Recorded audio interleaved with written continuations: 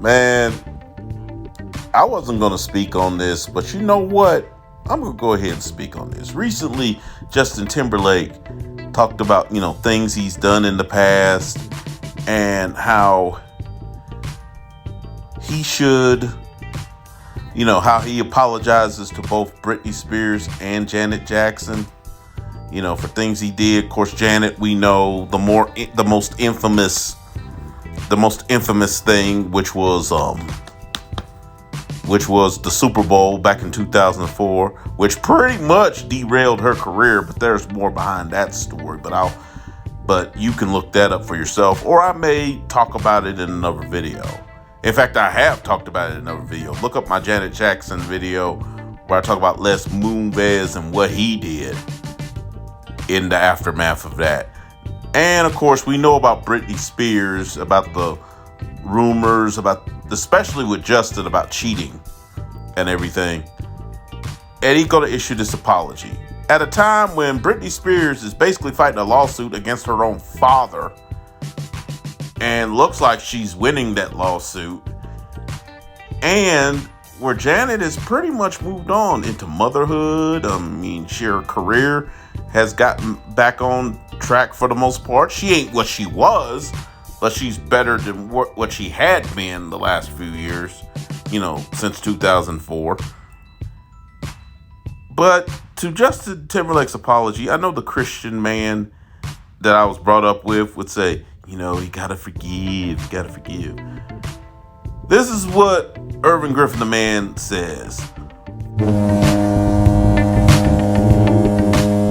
Justin, I don't know, just as a man, from one man to another, this apology should have happened a long time ago. Especially Janet. Now, Britney, yeah, I've heard a few stories about how he dogged her. But Janet, particularly, that apology should have happened years ago. And, I see where some people have come to the sport. And that's fine, that's their prerogative. Especially Jessica Biel, Justin Timberlake's wife. And that's fine. That's his wife. Of course he's going to come to. Even though I have to kind of look at her sideways a little bit, because then you practically had to wear down this guy to even get him to marry you. He didn't even want to marry you. He didn't even want to be attached. He wanted to stay single. Just saying. And there's a whole lot I could say on that, but I'm sticking to the topic. To this apology, and it seems so, opportunistic. You could have said this anytime. Better yet, you shouldn't even said it publicly. You should have said it in private. Maybe you should have called up both women and said this instead of doing this publicly. This is the type of thing, especially with Janet, and I keep going back to that, but Janet, to me, was the more humiliating. At least with Britney, a lot of this happened off screen.